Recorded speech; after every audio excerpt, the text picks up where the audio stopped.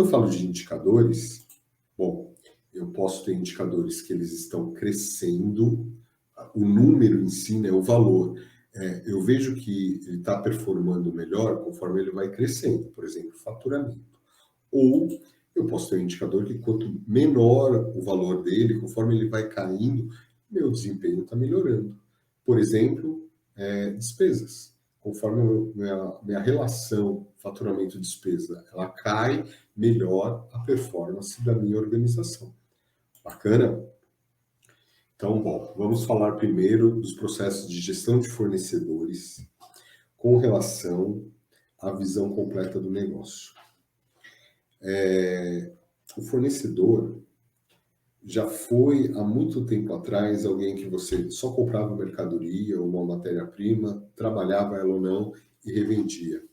Isso faz muito tempo. Hoje, quando nós falamos de gestão de fornecedores, nós olhamos o fornecedor como um pedaço, uma parte viva da organização. Então, eu não quero um fornecedor que fique pouco tempo, eu quero que ele fique um longo tempo fornecendo para a minha organização.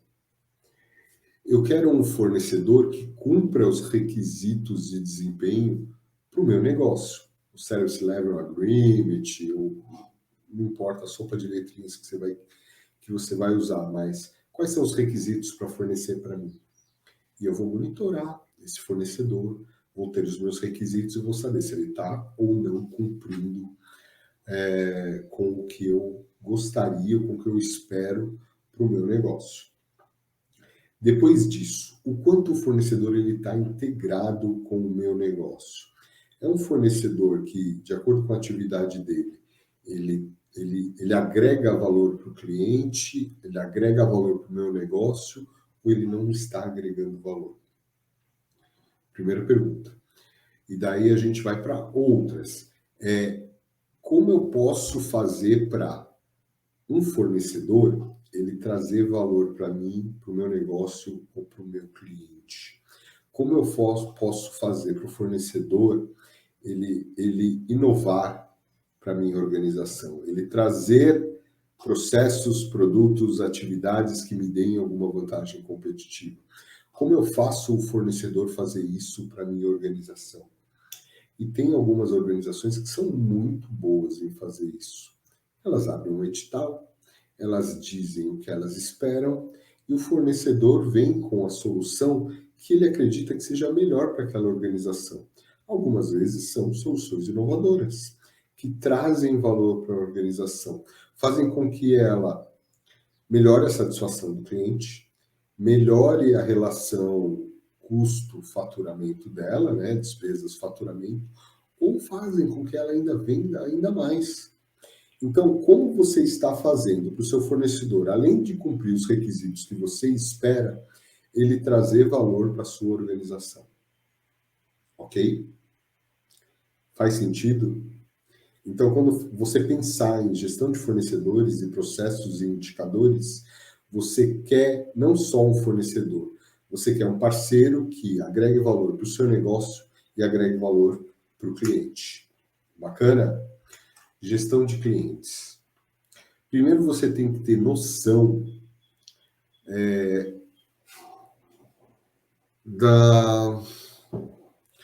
do caminho, do percurso, da experiência que o seu cliente vai ter, do primeiro contato até o último contato dele na sua organização. Então, vamos fazer um levantamento rápido, tá? Que é comum tanto fazer isso na consultoria, quanto eu fazer com os meus alunos do curso, do DGR. Onde é o primeiro contato do cliente? Quando ele descobre o seu negócio. Descobre que o Carlos, o Strategic Consulting, eles fornecem serviço de consultoria, eles têm um curso voltado para gerentes, diretores, CEOs, CFOs, que fazem com que você tenha uma visão estratégica do seu negócio e tome decisões que alavancam o seu resultado. E como ele vai fazer isso? Ele consome algum conteúdo, um vídeo, uma aula, E daí ele vai para um próximo nível, ele entra no funil, ele começa a interagir com a sua página na internet, ele manda uma mensagem, ele começa a olhar o seu portfólio, ele entra em contato, ele vira um cliente.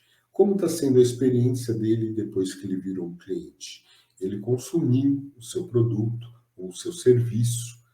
Se for um serviço ou um produto que ele vai estar sempre comprando, você tem que estar monitorando para ver a satisfação dele.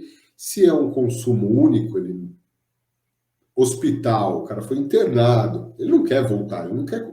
Pode ser que ele precise, mas a ideia é não voltar. Como que ele saiu depois dessa experiência? Ele está satisfeito com o produto, serviço, atendimento? E se precisar, ele volta? Se alguém precisar, ele recomenda?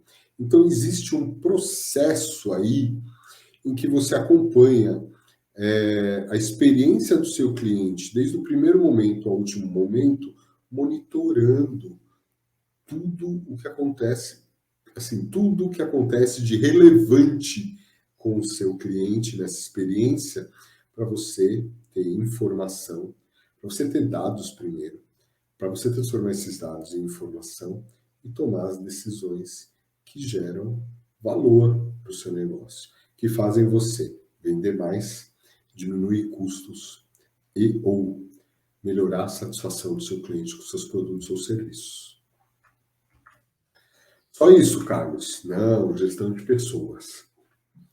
Cara, assim, quem faz o DGR, ele tem uma visão completa do negócio, porque você passa por financeiros, você passa por sociais, ambientais, você passa pela gestão de clientes, você passa por gestão de pessoas, fornecedores e cadeia de valor, né?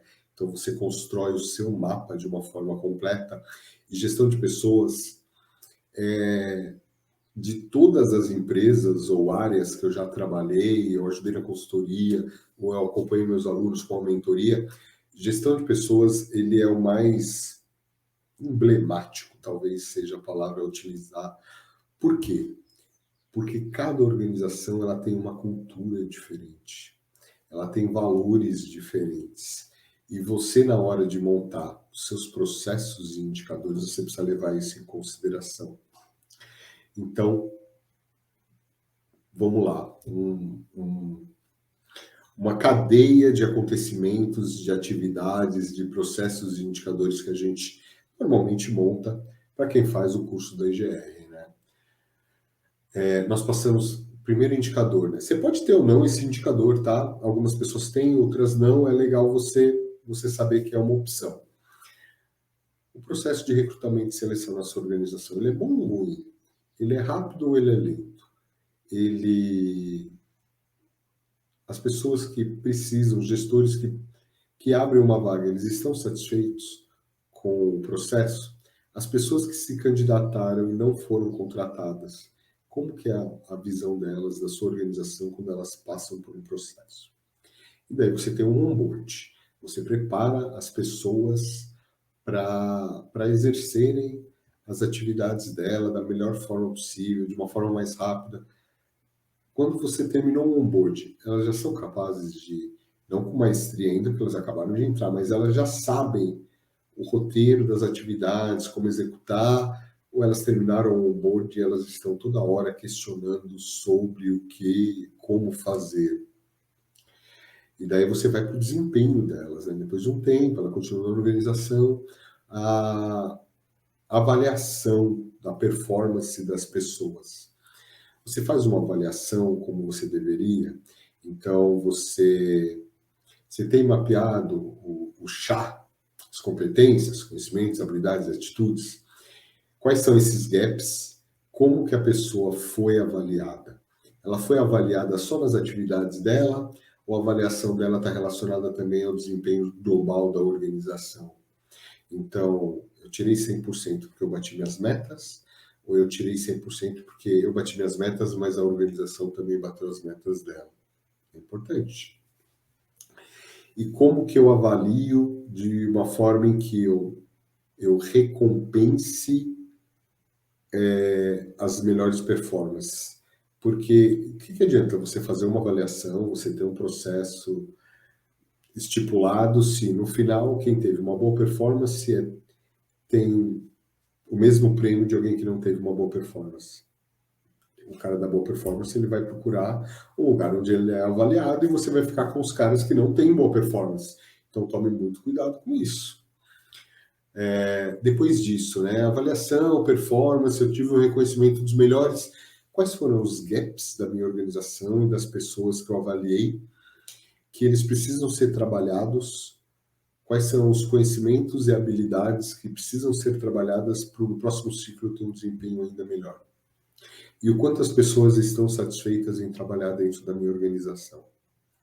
Olha que legal, de tudo isso que eu falei, de gestão de pessoas, quais são os indicadores e processos que você tem dentro da sua organização que afetam o seu desempenho? Capacidade de honrar os compromissos e gerar valor para o dono, acionista, sócio, aquele cara que no final ele quer um lucro, ele quer tirar a grana ou ele quer ver a empresa dele crescer.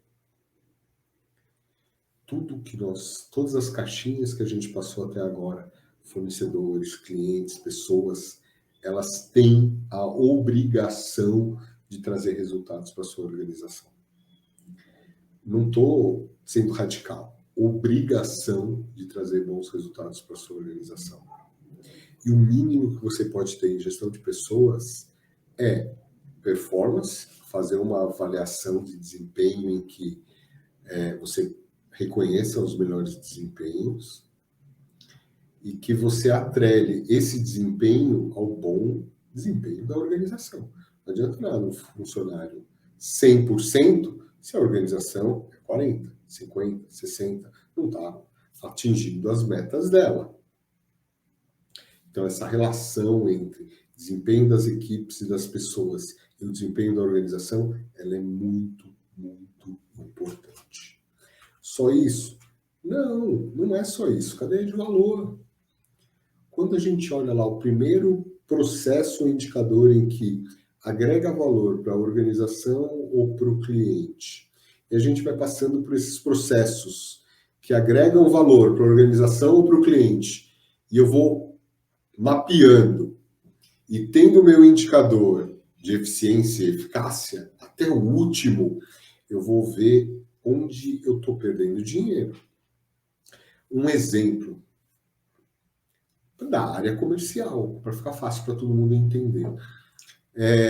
Eu já fui vendedor em uma empresa e eu tinha a meta de fazer pelo menos 100 propostas para clientes por mês e fechar 40% delas. Eu tenho um indicador de eficiência, 100 propostas por mês, e o meu indicador de eficácia, pelo menos 40% de fechamento. Faz sentido? Faz. Eu tenho os meus dois indicadores de eficiência e eficácia num pedacinho da minha cadeia de valor, que é muito grande, que agrega valor, nesse caso, para a organização. Eu estou fechando negócios para a organização. Eu estou trazendo dinheiro para a organização. Então, quando eu faço esse mapeamento, eu sei o quanto eu estou trazendo dinheiro para a organização ou o quanto eu estou economizando para a organização. Alguns processos, eles não trazem faturamento. Eu tenho um gasto com ele, mas eu preciso controlar muito de perto esse gasto para não perder dinheiro. Então, se eu mapeei, eu sei onde estão os pontos onde eu trago dinheiro ou eu tenho que tomar cuidado com a torneirinha, porque senão ela vaza muito e a minha organização perde grana.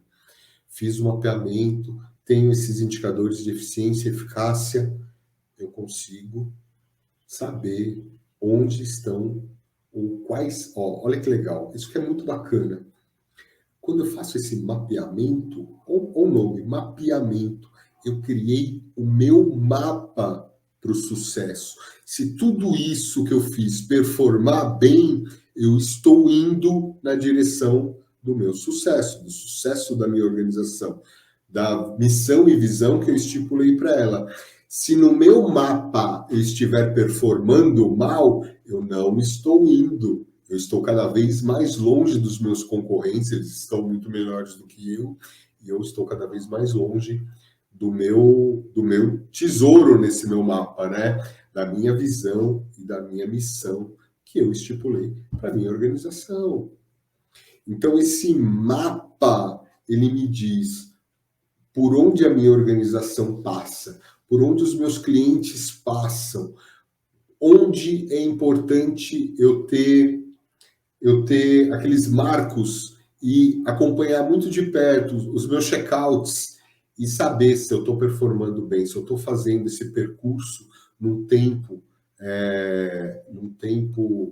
competitivo, com recursos, gastando recursos de uma forma competitiva, porque isso me traz para mais perto de ser um dos melhores da minha área ou para mais longe. E daí eu tenho a minha visão completa do meu negócio. Eu construí o meu mapa. Eu sei quais são os meus marcos, por onde a minha organização precisa passar bem para eu estar entre os melhores. Se eu não for o melhor, está pelo menos entre os melhores, performando muito melhor do que qualquer outro. Bacana até aqui?